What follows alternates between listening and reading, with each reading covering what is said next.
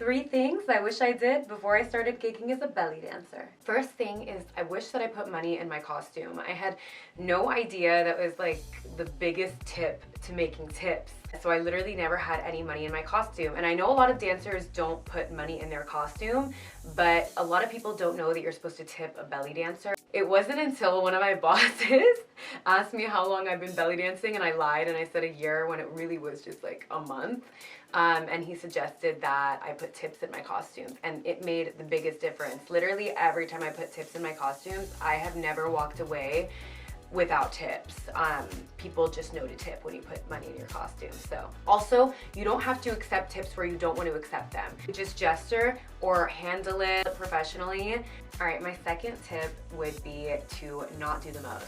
And what I mean by that is you don't have to go in there and do gymnastics, you know, like a simple hip drop, a simple shimmy, you know, nothing crazy. You don't have to layer on a million things, because in doing that, it's like you're trying to prove yourself or prove that, hey, I'm a good dancer. Look at all of these things I could do, when like simple moves done well are super difficult to do, you know, like that took me a long time. Even just doing like something super basic and making it look effortless, that takes a long time. And so belly dancing might look easy, but even the most simple moves are actually super difficult.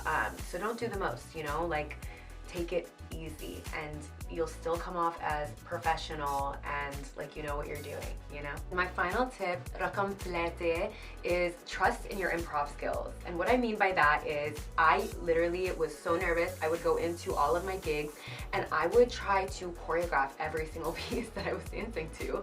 And it drove me crazy because it's like, you can't do that, you know? You don't know if someone's grandfather is gonna wanna dance with you, or the space is really tight and there's no room to do your spins or whatever it may be, you know? You really have to trust in your improvisation skills. And I know that's so intimidating for a lot of people that just start gigging, because it's like they don't know what to do. But improv is a technical skill of its own that you master by doing, you know? And you might not be 100% ready, but the thing is, it's something that you learn both by practicing in your own time, but also on the job. All right, I hope that was helpful for you guys. Let me know if you guys like these videos. I love giving this advice because I definitely needed it when I started out.